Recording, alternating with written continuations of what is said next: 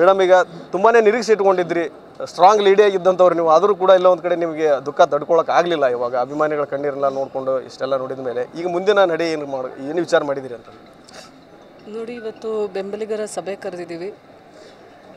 ಮೊದಲನೇ ನಮಗೆ ಟಿಕೆಟು ನಾವು ಜಿಲ್ಲೆಯಲ್ಲಿ ಸಮರ್ಥರಿದ್ದು ಕೂಡ ಪರ ಜಿಲ್ಲೆಗೆ ಇವತ್ತು ಟಿಕೆಟನ್ನು ಘೋಷಣೆ ಮಾಡಿರುವಂಥದ್ದು ನೋವಿನ ಸಂಗತಿ ಅಂತ ಹೇಳೋದಕ್ಕೆ ಬಯಸ್ತೀನಿ. ಅದಕ್ಕೋಸ್ಕರ ಇವತ್ತು ಸಾಕಷ್ಟು ಅಭಿಮಾನಿಗಳು ಬಂದಿದ್ದಾರೆ. ಬೆಂಬಲಿಗರ ಹಾಗೂ ಹಿತೈಷಿಗಳ ಅಭಿಮಾನಿಗಳ ಒಂದು ಸಭೆಯನ್ನು ಕರೆದಿದ್ದೀವಿ.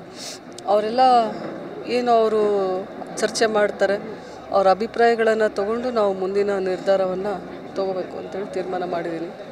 ಸಾಕಷ್ಟು ಜನ ಅಭಿಮಾನಿಗಳು ಸಾಮಾಜಿಕ ಜಾಲತಾಣದಲ್ಲಿ ಒಂದು ಅಭಿಯಾನ ಟೈಪ್ ಶುರು ಮಾಡಿದ್ದಾರೆ. ನೀವು ಬಂಡಾಯವಾಗಿ ನಿಲ್ಲಬೇಕು, ನಿಮ್ಮ ಜೊತೆಗೆ ನಾವು ಇರ್ತೀವಿ ಅಂತಂದು ಹೇಳ್ತಾ ಇದ್ದಾರೆ. ಮುಂದೆ ಅದ್ರ ಬಗ್ಗೆ ಬಂಡಾಯ ಸ್ಪರ್ಧೆ ಮಾಡೋ ವಿಚಾರ ಏನಾದರೂ ಇದೆಯಾ?